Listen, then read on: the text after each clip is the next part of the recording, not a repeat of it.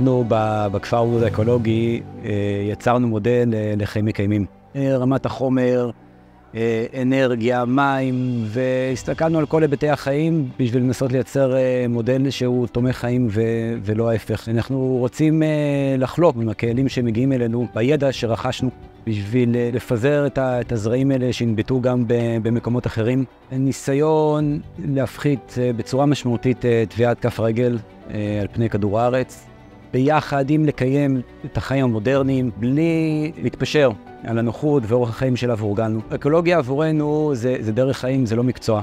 אנחנו לא עוסקים במדעי כדור הארץ, אנחנו עושים במציאת פתרונות החיים ואיך אנחנו יכולים לייצר מודל לחיים מקיימים. איפה מגיעים? עולם המים, מי גשמים, איך אנחנו יכולים לנצל אותם, איך אנחנו יכולים לאגור אותם, מה קורה למים שלנו אחרי שאנחנו עושים בהם שימוש, לאן הם הולכים, אם אנחנו יכולים להשקות אותם, לתאר אותם, להשתמש באחר כך לצרכי השקיה, איך לפתח את זה, ולדעת להשתמש בפסולת שאנחנו מייצרים ולשלב אותה חזרה בצורה חיובית באורח החיים שלנו, להשתמש ולדעת לנצל את החומרים האורגניים שלנו, בין אם זה הצרכים מהשירותים שלנו, בין אם זה השאריות המזון שהמטבח מייצר עבורנו, לדעת לשלב את זה חזרה לתוך האקוסיסטם שאנחנו מייצרים, ולתת איזשהו ארגז כלים יותר שלם, יותר מלא, לקהל שמגיע אלינו, כדי שיוכל אחר כך ליישם את זה בעצמו, או להכשיר אחרים לעשות את זה.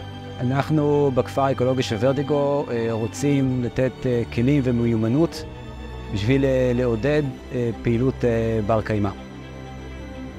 בעקבות אירועי 7 באוקטובר ומלחמת חרבות ברזל, נבחר ורטיגו, כפר האמנות האקולוגי, לארח את פרויקט חוות חוסן, פרויקט למניעת פוסט-טראומה בקרב חיילים. דרך חיבור לאדמה, תנועה ומגע, בנייה ופיסול בחומרים טבעיים, יחל תהליך של ריפוי וצמיחה, לחיילים ולאדמה.